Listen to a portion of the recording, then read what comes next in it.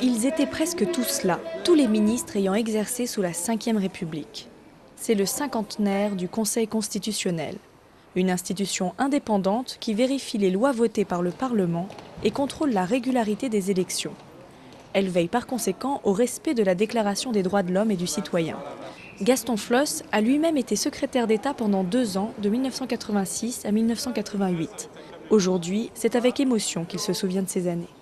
C'est un moment d'émotion intense et de souvenirs, et également de satisfaction. Je pense que c'est une fierté pour la Polynésie tout entière d'avoir bien eu un Polynésien participer au gouvernement de la République. Sous l'œil attentif des photographes, nombre de ministres se sont succédés devant la porte du Conseil constitutionnel.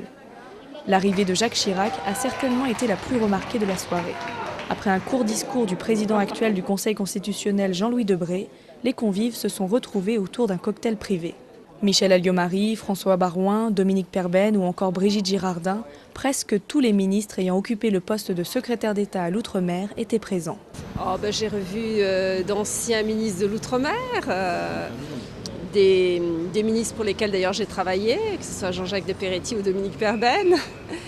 Et puis c'est vrai que j'ai revu Léon Bertrand, ça m'a fait plaisir aussi de revoir des grandes figures de l'Outre-mer qui restent quand même assez proches de mon cœur. Alors que peu à peu la salle désemplit, le sénateur Flosse doit déjà partir, un autre rendez-vous l'attend.